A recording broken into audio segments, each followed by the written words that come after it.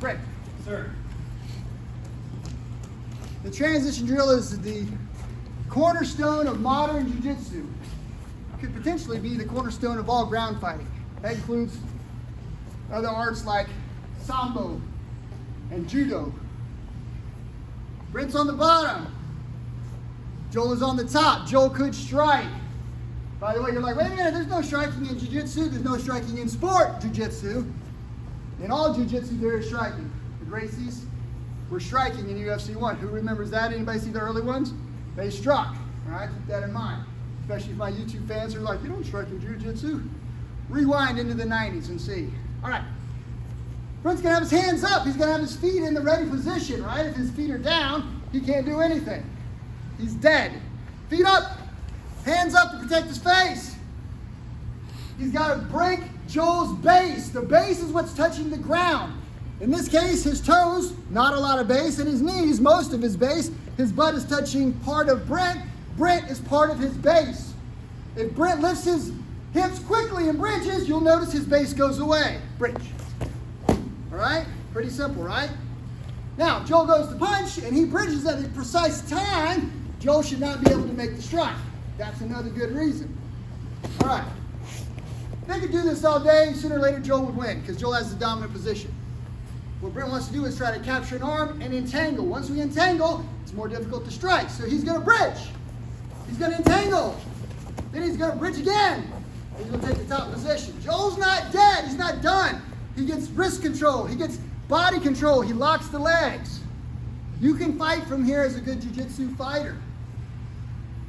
But Brent wants to get a better position. Technically, he could try to hit Joel if he wanted to. He could punch him, right? But there's no arm locks and chokes that are easy to get for Brent. And Brent wants to do something. So he's going to put his knee in Joel's butt, and that's going to make some space.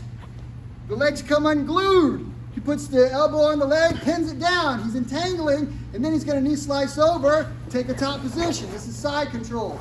He's using his knee and his elbow to control Joel's hips. Now, a lot of my friends like to say, well, the bottom guy can still do stuff. Of course, you can always do stuff. Let's say, for example, that Joel decided to throw an elbow. All that Brent has to do is control the elbowing hand, right? And throw his own elbow, right? Now, keeping that in mind, we're not going to be striking at this point. We're going to work on the ground piece. Joel's not dead. He's thinking, I want to be able to escape. So he's still maintaining some control. Notice he's got his knees up so that he can defend. Brent's going to switch his legs, and if he doesn't switch his legs, he could get rolled when he makes this move. So this leg is actually posting for a reason. If Joel tries to roll him in that direction, that leg stops Joel from bridging. Does that make sense? If he fails this key piece and his foot's kind of here, Joel bridges and rolls him. Takes the top. Roll back. So this is important. Every little bit counts. Lastly, he's going to get on like a horse. He's going to pin the legs down, kick that leg right over. He's back in the mount. Joel does the same drill. 1, 2, 3. Transition drill. 1, 2, 3. Takes the top. Ready? 1, 2, 3. Moves to the next position. Ready? 1, 2. And then it's Brent's turn. Brent's going to do it again. Ready? Bridge. Entangle. Roll. Joel gets bottom position. He gets the top position. He switches back over. He moves to the top. You see how the drill goes cyclically. We can train this all day and it will be time well spent. Make sense? Sir. Lance.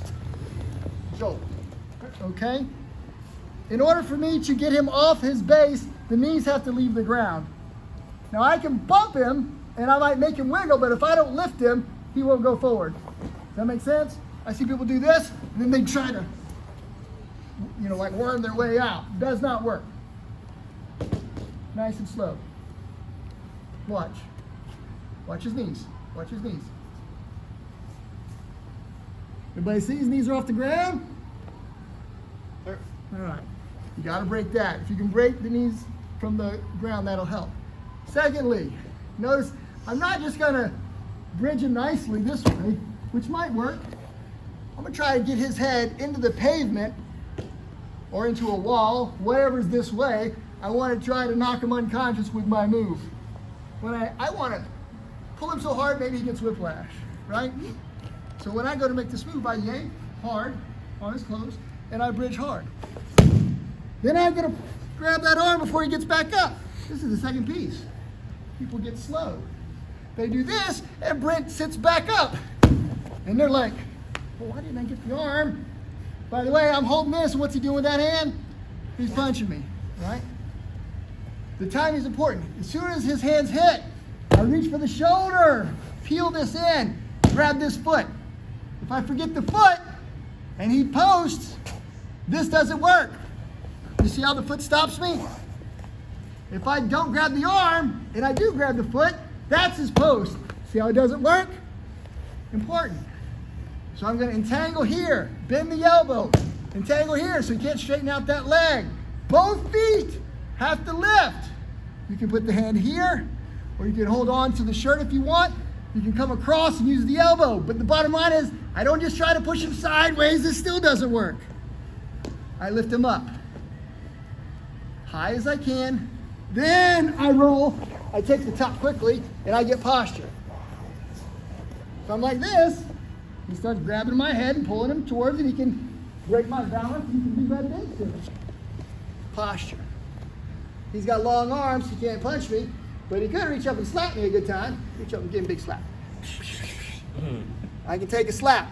I can't really take a big punch. If I put my hands here, he's just going to punch me. Bip.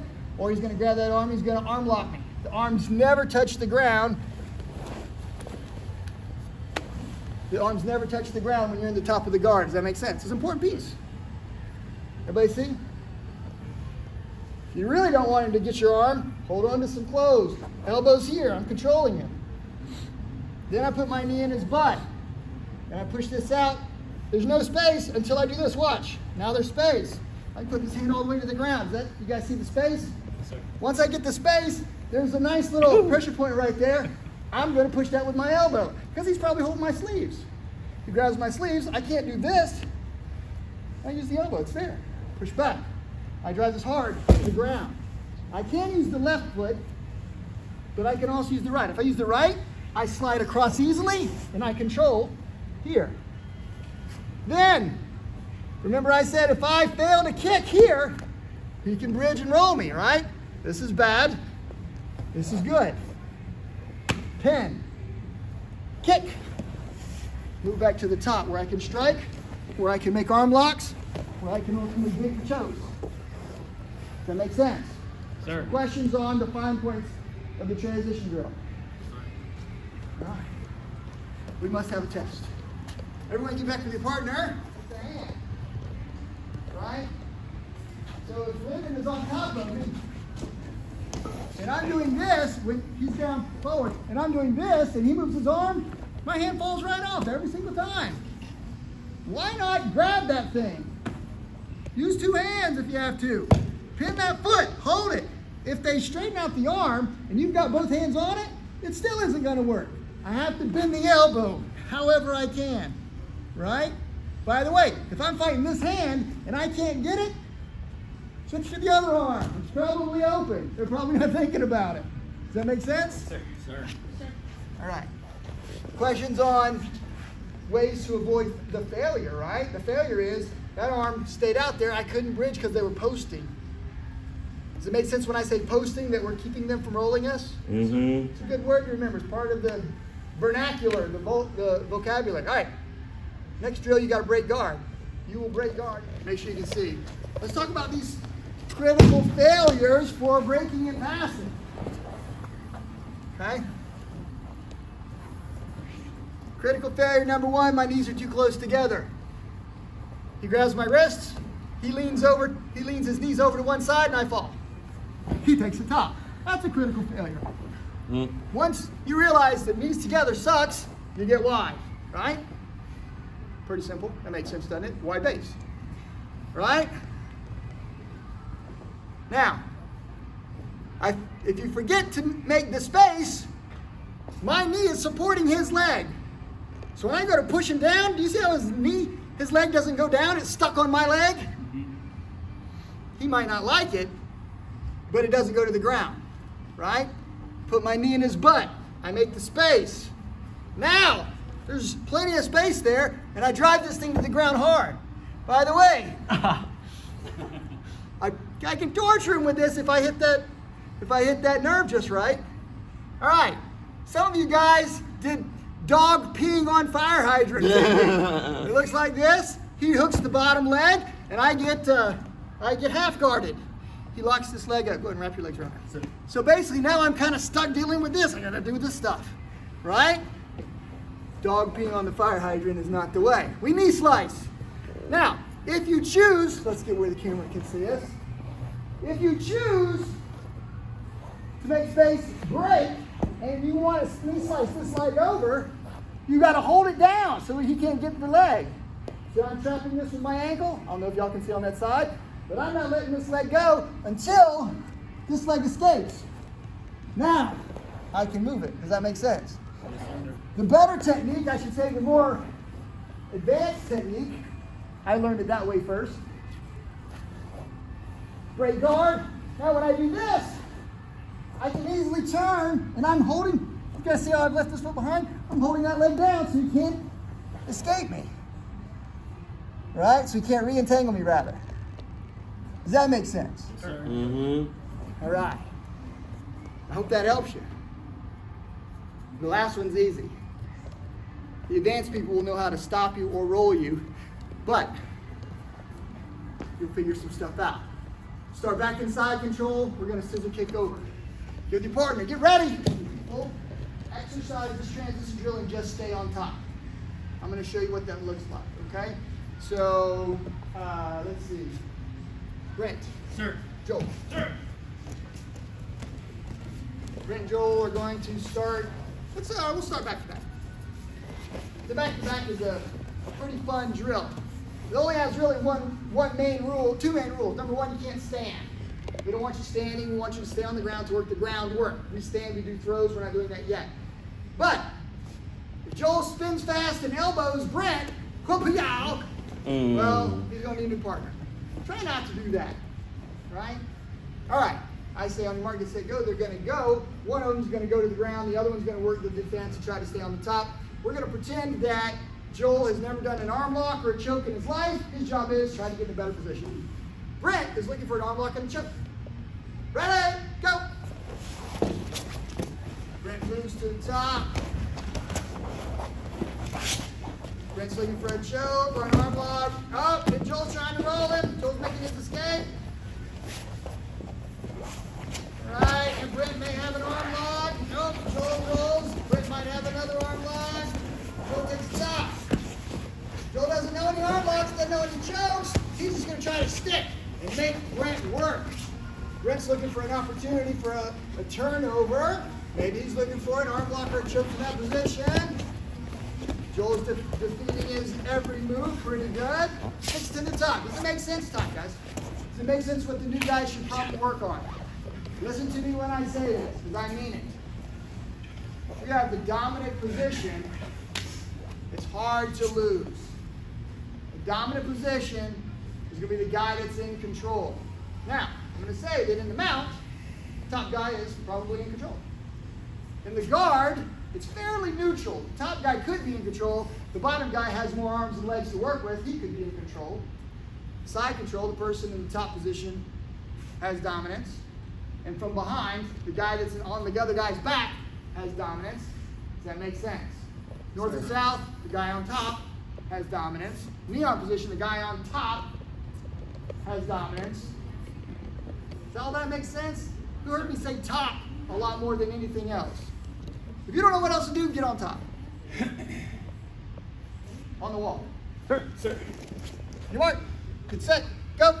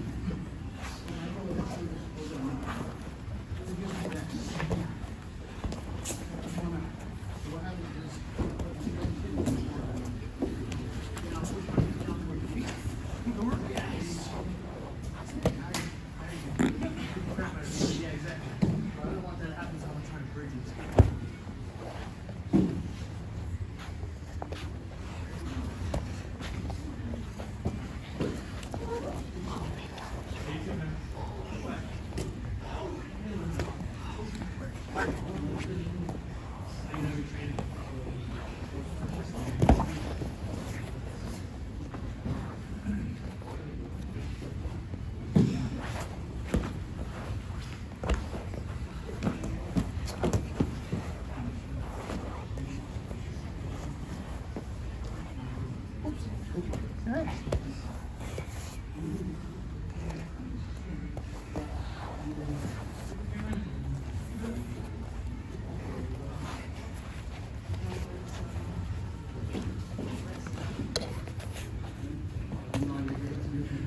Good job. Time. Little brother who tried to Time. bully me. 2 minutes. Go.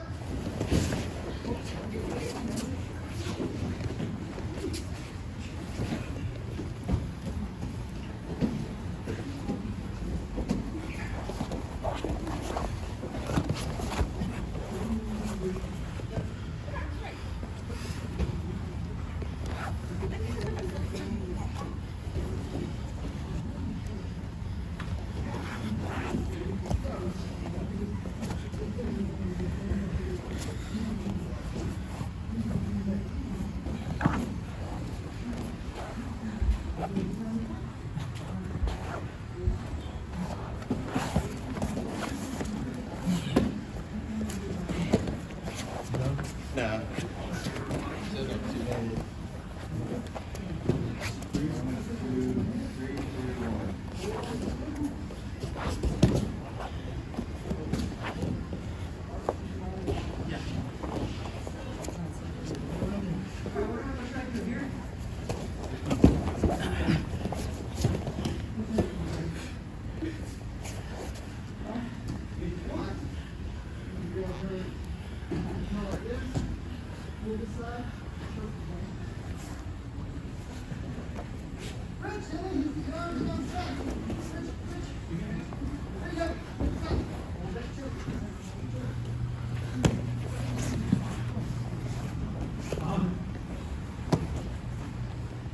Come on, 25 seconds.